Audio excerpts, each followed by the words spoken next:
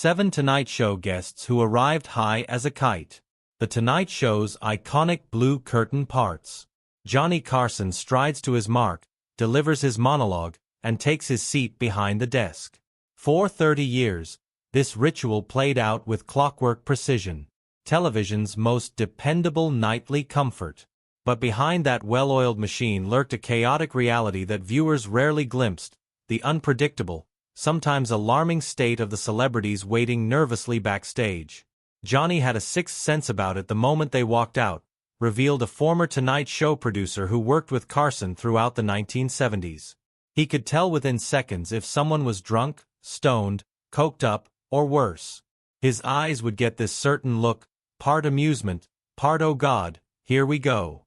While Carson maintained his legendary cool on camera, the reality behind the scenes was often far more dramatic. Production assistants were trained to watch for warning signs. Segment producers developed emergency backup plans. Executives occasionally hovered nervously in the wings. "We had code phrases," explained a former Tonight Show staffer. If Johnny touched his tie while introducing someone, it meant this person is not entirely sober.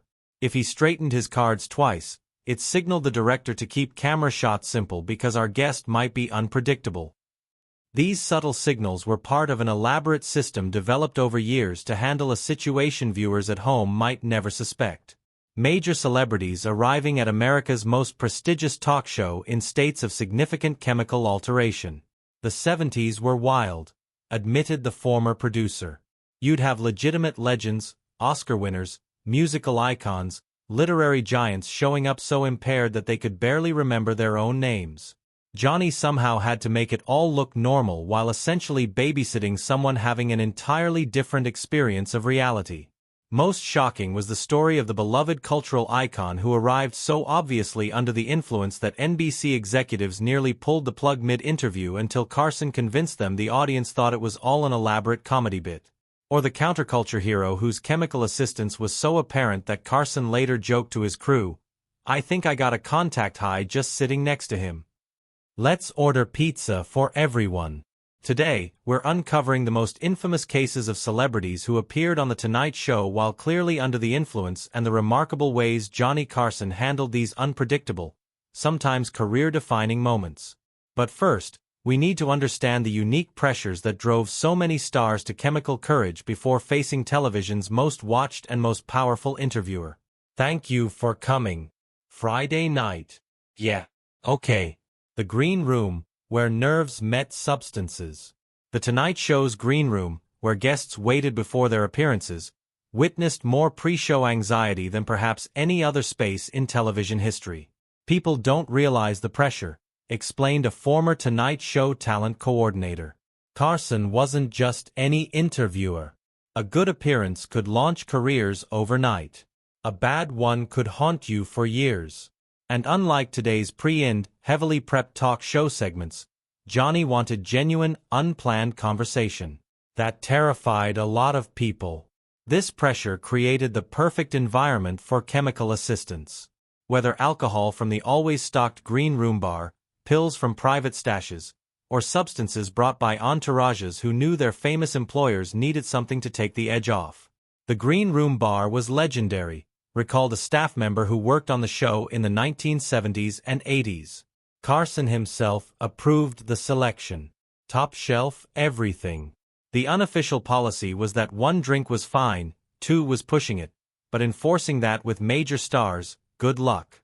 Beyond alcohol, the era's more permissive attitude toward recreational substances meant that many celebrities arrived having indulged in their preferred method of relaxation. From marijuana to cocaine to prescription medications, often in combinations that became apparent once the cameras rolled. "You have to remember the context," noted a television historian specializing in late-night TV. "This was when Studio 54 was at its peak. Rock stars were living like Roman emperors.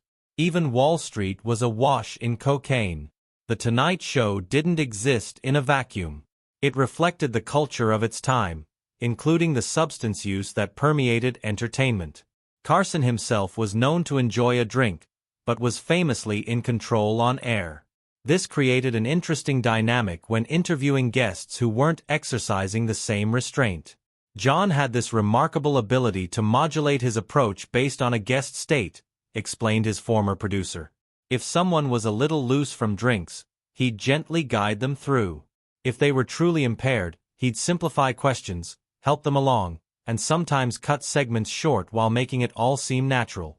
This adaptive approach would be tested repeatedly throughout Carson's tenure by guests who pushed the boundaries of broadcast acceptability, beginning with a counterculture icon whose chemical enhancement became part of his comedic persona, into a new lifestyle which doesn't require my presence, and so I can, if I don't want, I don't have to get up at all, and I still get credit for a full day.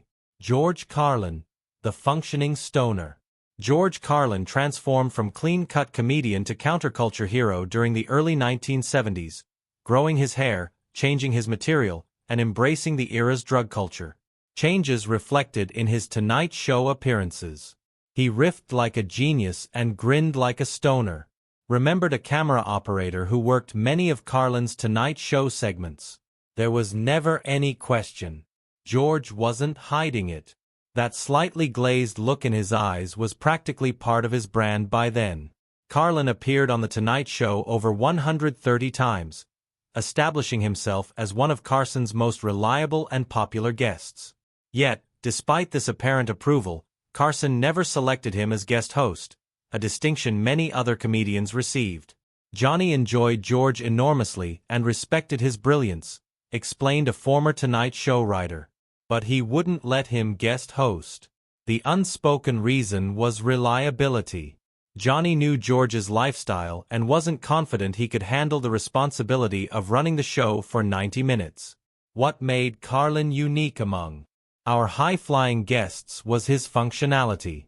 Unlike others who became incoherent or unpredictable, Carlin remained sharp, witty, and professional, just with a distinctly relaxed vibe that regular viewers definitely noticed.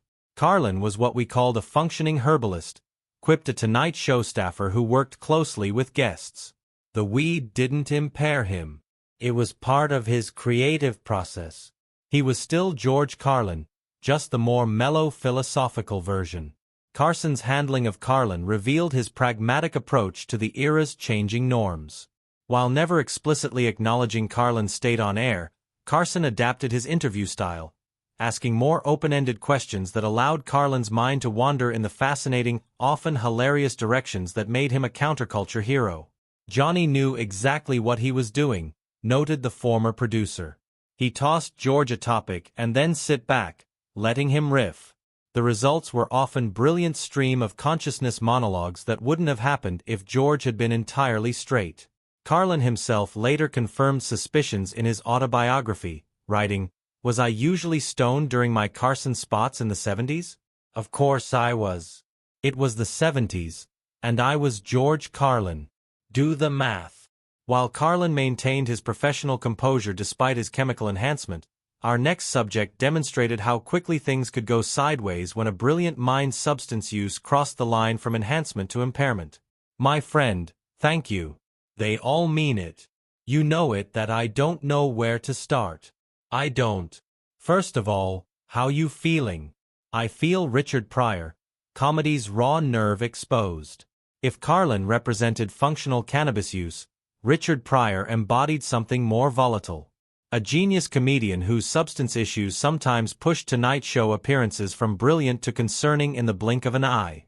"He was hilarious until he got cosmic," recalled a stage manager who worked several of Pryor's Tonight Show appearances. Richard could start a segment as the sharpest, funniest person on the planet. Then suddenly his eyes would change and he'd go somewhere else mentally. Johnny would have to work like a traffic cop to get things back on track. Pryor's relationship with substances was complicated and well-dormant. His cocaine use in particular became increasingly problematic throughout the 1970s, culminating in his infamous 1980 freebasing accident. Several of his Tonight Show appearances captured him at different points along this trajectory. One particularly memorable segment from 1978 started conventionally enough with Pryor discussing his latest projects. Midway through, however, he began a joke about his childhood that gradually dissolved into a disconnected series of observations, his focus visibly drifting. The audience, unsure if this was an intentional comedic choice or something unplanned, laughed nervously. You could see Johnny shift into protection mode, the stage manager continued. He jumped in with a quick question to redirect Richard, made a joke to cover the awkward moment, then smoothly transitioned to a commercial. It was masterful crisis management disguised as casual conversation. Carson's handling of Pryor demonstrated his deep respect for the comedian's talent alongside concern for his well-being. Unlike some hosts who might have exploited an impaired guest for laughs, Carson worked to showcase Pryor at his best while minimizing his vulnerable moments.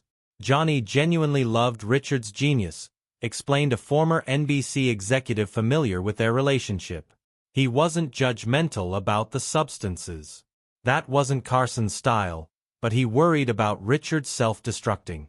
He'd sometimes check on him through mutual friends after particularly erratic appearances. What made Pryor's high appearances distinct from some others on our list was the unpredictability. His brilliance remained intact, but his focus and filter became increasingly unreliable, creating moments that walked a tightrope between comedy gold and broadcast concern. Carson had a unique approach with Richard, noted his former producer. He'd let him fly when the material was working, then create a safety net when things started going sideways. It was like watching a master animal trainer working with a magnificent but unpredictable big cat. While Carson maintained a protective approach toward talents like Pryor and Carlin, his patience had limits, as our next subject discovered when his impaired state crossed the line from concerning to unprofessional. That was a double execution that night, and it took all about an hour and a half from the time that the thing started till it was over. Truman Capote, literary genius, television disaster. Not all chemically enhanced Tonight Show appearances involve the controlled chaos of comedians. Sometimes the most alarming incidents came from unexpected sources, like the distinguished literary icon whose 1980 appearance became legendary for all the wrong reasons. America's literary darling. Completely baked was how one production assistant succinctly described Truman Capote's infamous Tonight Show disaster. Capote had appeared on the show many times over the years, usually displaying the sharp wit and keen observations that made him a talk show favorite. But his January 1980 appearance was different from the moment he wobbled onto the set. He was slurring so badly you could barely understand him, recalled a sound technician who worked that night. His head kept nodding forward. Then he'd snap back to attention with this startled look. The control room was panicking. They kept cutting to Johnny's reaction shots because at least those were coherent. Unlike his handling of Carlin or Pryor, where Carson adapted to their altered states with good humor, his response to Capote's condition was markedly different. Viewers at home saw Carson's smile tighten, and his questions simplify as he attempted to salvage what was quickly becoming an unbroable segment. Johnny was furious, revealed his former producer. Not on air, of course. He was too professional for that. But the moment they cut to commercial, he stormed backstage and told the talent coordinator, "Never again. He's done." What particularly angered Carson wasn't just Capote's impairment, but what it represented, a lack of respect for the show and its audience. While Carson tolerated the creative chemical assistance of certain performers, Capote's apparent combination of pills and alcohol had rendered him essentially non-functional as a guest. There's a difference between someone who's a little high and can still perform versus someone who's incapacitated, explained the former NBC executive. Capote crossed that line. He wasn't just relaxed or uninhibited. He was barely conscious.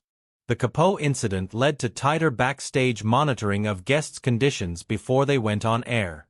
Staff were instructed to alert producers if a guest appeared significantly impaired, and the green room bar service became more carefully regulated. And Capote would never again appear on The Tonight Show during Carson's tenure. One of the few guests to receive a lifetime ban, the incident served as a cautionary tale within the show about the limits of Carson's famous tolerance. While Capote represented substance use gone wrong, our next entries approached their chemical assistants with the straightforward honesty that defined their public personas. Fantasies. Here are the distinguished motion picture stars, Mr. Thomas Chong and Mr. Richard Marin, better known as Cheech and Chong. Cheech and Chong, Truth in Advertising. Some Tonight Show guests made no pretense about their relationship with recreational substances. None more famously than comedy duo Cheech Marin and Tommy Chong, whose entire brand was built around cannabis culture. They weren't acting. That's just where their brains lived, laughed a former segment producer who worked on several of their Tonight Show appearances throughout the late 1970s and early 1980s. What made Chi and Chong unique among our high-flying guests was Carson's willingness to essentially incorporate their state into the comedy. Rather than working around or disguising their obvious cannabis consumption, Carson would play the straight man to their stoner antics. Johnny would put on this exaggerated square persona with them, recalled a former writer. He'd pretend not to understand their drug references, asking innocent questions that set them up perfectly. It was this wonderful comedy dance where everyone, the guests, Johnny, and the audience, was in on the joke. During one memorable appearance promoting their film, Up in Smoke, Chong began a rambling, disconnected anecdote about the movie's production. Rather than redirect or rescue him, Carson simply let the story unspool, occasionally glancing at the camera with a raised eyebrow that had the audience howling. Johnny knew exactly what he was doing, explained the segment producer. He was essentially telling the audience, yes, they're exactly who you think they are. It wasn't about exposing or embarrassing them. It was about authenticating their brand. The contrast between the buttoned-up Carson and the openly stoned comedy duo created some of the show's most entertaining segments of the era. Carson would occasionally feign confusion about their more explicit drug references, creating comedic tension that both parties clearly enjoyed. There was mutual respect there, noted a cameraman who worked the shows. Johnny appreciated their honesty, and they appreciated that he let them be themselves instead of forcing them into a more sanitized version for television. This approach reflected Carson's broader philosophy about his guests. He wanted them to be authentic, even if that authenticity occasionally pushed the boundaries of what network television typically allowed in the 1970s. Carson always said his job was to make guests look good. His former producer explained. With Chi and Chong, making them look good meant letting them be exactly who they were. Two guys who smoked a lot of weed and were funny as hell because of it, not despite it. While Chi and Chong's chemical enhancement aligned perfectly with their public persona, our next guest demonstrated how psychedelics could turn a simple talk show appearance into an